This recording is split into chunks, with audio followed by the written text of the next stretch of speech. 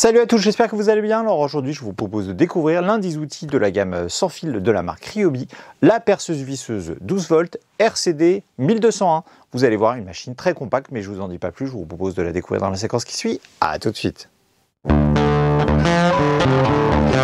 Voici donc la perceuse visseuse 12 volts en question. Comme vous pouvez le voir, une machine très compacte et alimentée avec des batteries 12 volts de la marque Ryobi. En ce qui concerne la motorisation, on est sur un moteur à charbon classique, donc ça veut dire qu'elle ne bénéficie pas des avantages du moteur brushless. Et pour ce qui est de la prise en main, au-delà de la compacité, on est sur une machine qui est quand même très légère puisqu'elle pèse 880 grammes, donc ça c'est le poids de la machine sans la batterie. En ce qui concerne la prise en main elle-même, elle est plutôt bonne. On a un grip, comme vous pouvez le voir, qui est assez confortable, qui apporte une bonne accroche. On a aussi les boutons qui tombent bien sous les doigts, que ce soit la gâchette ou le bouton d'inverseur de sens. Et là, comme vous avez pu voir, on a aussi un indicateur de niveau de charge de la batterie. Comme ça, vous pouvez savoir à chaque fois que vous utilisez la machine s'il faudra changer la batterie ou pas. Côté mandrin, on est sur un mandrin auto-serrant assez classique qui peut accepter des mèches allant de 1,5 mm de diamètre jusqu'à 10 mm de diamètre.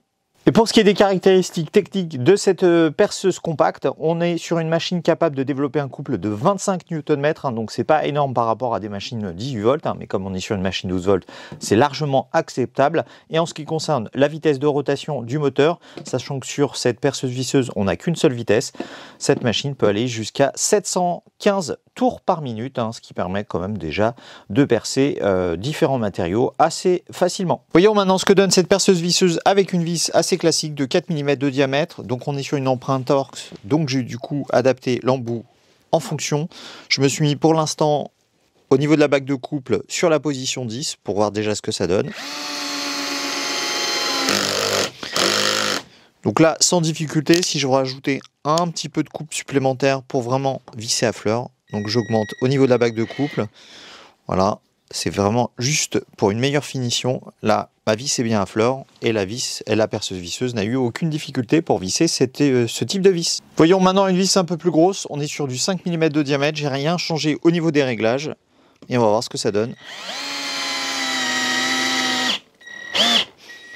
Pour la fin, je ralentis un peu pour vraiment visser à fleur, éviter d'abîmer le support. Vous voyez, là non plus, aucun problème. Après le vissage, le perçage, avec une pièce de médium de 18 mm d'épaisseur. Je suis sur un forêt à bois de 10 mm et on va voir ce que ça donne. Plutôt de 8 dans mes souvenirs. On est plutôt sur du 8 d'ailleurs.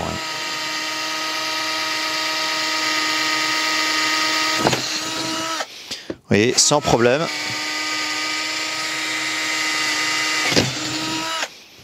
Voilà, vraiment efficace. Et après le bois, le métal, avec cette fois-ci un forêt de 5 mm de diamètre. Et on va voir ce que ça donne. J'ai bien sûr appliqué un peu d'huile de coupe pour éviter que mon forêt ne chauffe trop durant le perçage.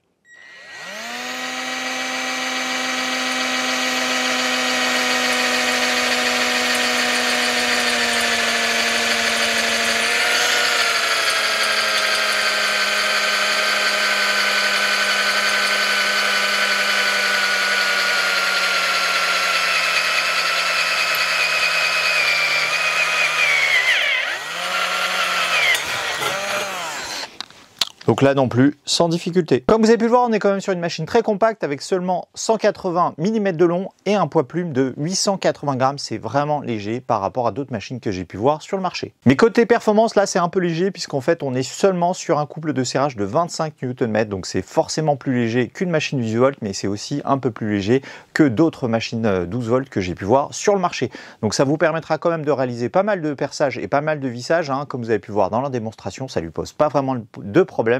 Par contre, si les matériaux vont commencer à être durs, là, le vissage risque d'être compliqué et ce sera le cas aussi si vos vis sont trop importantes. Mais comme vous avez pu voir sur la démonstration, dans du bois jusqu'à du 5 mm, ça pose aucune difficulté. Et pour ce qui est du prix, sachez que cette machine est vendue aux alentours de 90 €, donc c'est un prix super intéressant, surtout que c'est en pack avec deux batteries de 2 Ah ainsi que le chargeur. Donc c'est un prix super intéressant, surtout si vous voulez avoir une deuxième machine, une machine en complément d'une autre en 18 volts, comme ça vous pourrez jongler plus facilement entre vos deux perceuses visseuses. La 18 volts pour les travaux un peu plus durs, avec une performance sans doute un peu supérieure, et celle-ci pour réaliser tous vos montages de meubles ou tous vos vissages, comme ça vous pourrez aussi gagner du temps sur vos chantiers. Par contre, sachez que la gamme 12 volts chez Ryobi est pas très importante, elle est même réservée qu'à quelques machines, donc du coup, ne pensez pas pouvoir mutualiser les batteries 12 volts de cette machine avec d'autres, hein, puisque vous aurez du mal à trouver d'autres outils 12 volts, hein, puisque la marque a tendance plutôt à se concentrer sur le 18 volts, pour lequel elle a vraiment beaucoup d'outils, puisque au jour d'aujourd'hui, on est à peu près sur 300 outils 18 volts, hein, ce qui n'est pas du tout le cas avec les batteries 12 volts. Donc comme d'habitude, si cette machine vous intéresse, n'hésitez pas à la voir en description, je vous proposerai les références des meilleurs vendeurs, en tout cas ceux qui proposent cette machine en pack au meilleur prix. Voilà, cette vidéo touche désormais à sa fin, j'espère qu'elle vous aura plu. N'hésitez pas à mettre un petit pouce bleu et à vous abonner à ma chaîne si ce n'est pas déjà fait. Et dans tous les cas, je vous dis à très bientôt pour une nouvelle vidéo. Salut!